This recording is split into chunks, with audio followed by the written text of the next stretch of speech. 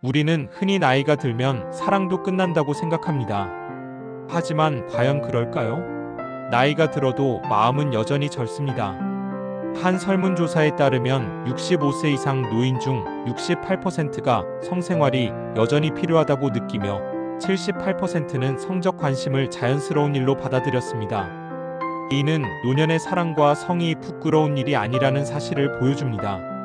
나이는 단지 숫자일 뿐 사랑과 관계에 대한 열정은 여전히 살아있습니다. 그렇다면 노년에도 사랑과 관계가 필요하다는 이들의 목소리는 어떻게 받아들여지고 있을까요? 노년기에도 사랑은 단순히 육체적 관계를 넘어서 정서적 안정과 삶의 활력소가 됩니다.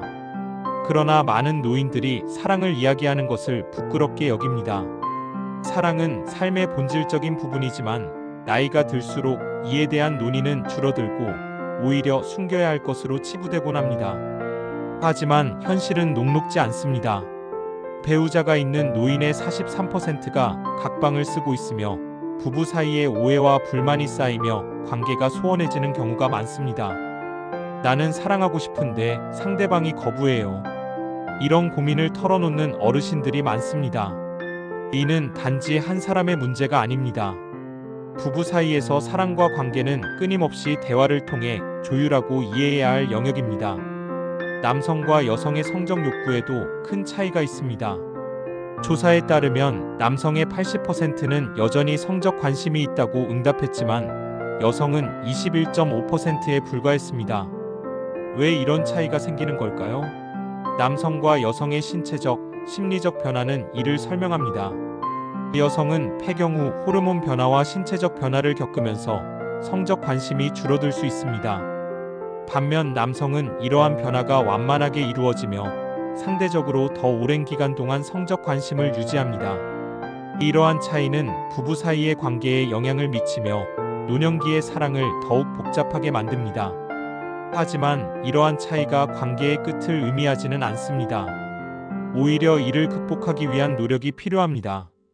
남편이 더 많은 이해와 배려를 통해 아내의 마음을 읽고 함께 문제를 해결하려는 의지가 중요합니다. 한편 여성도 자신의 변화와 감정을 솔직하게 표현하며 상대방에게 이해를 구하는 것이 중요합니다.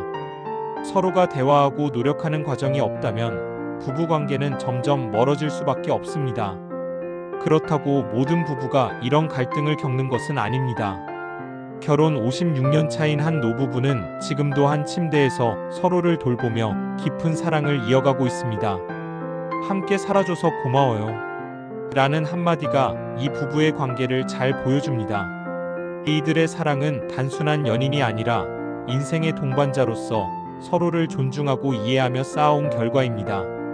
나이는 숫자에 불과하며 사랑의 깊이는 나이에 상관없이 계속 자라날 수 있습니다.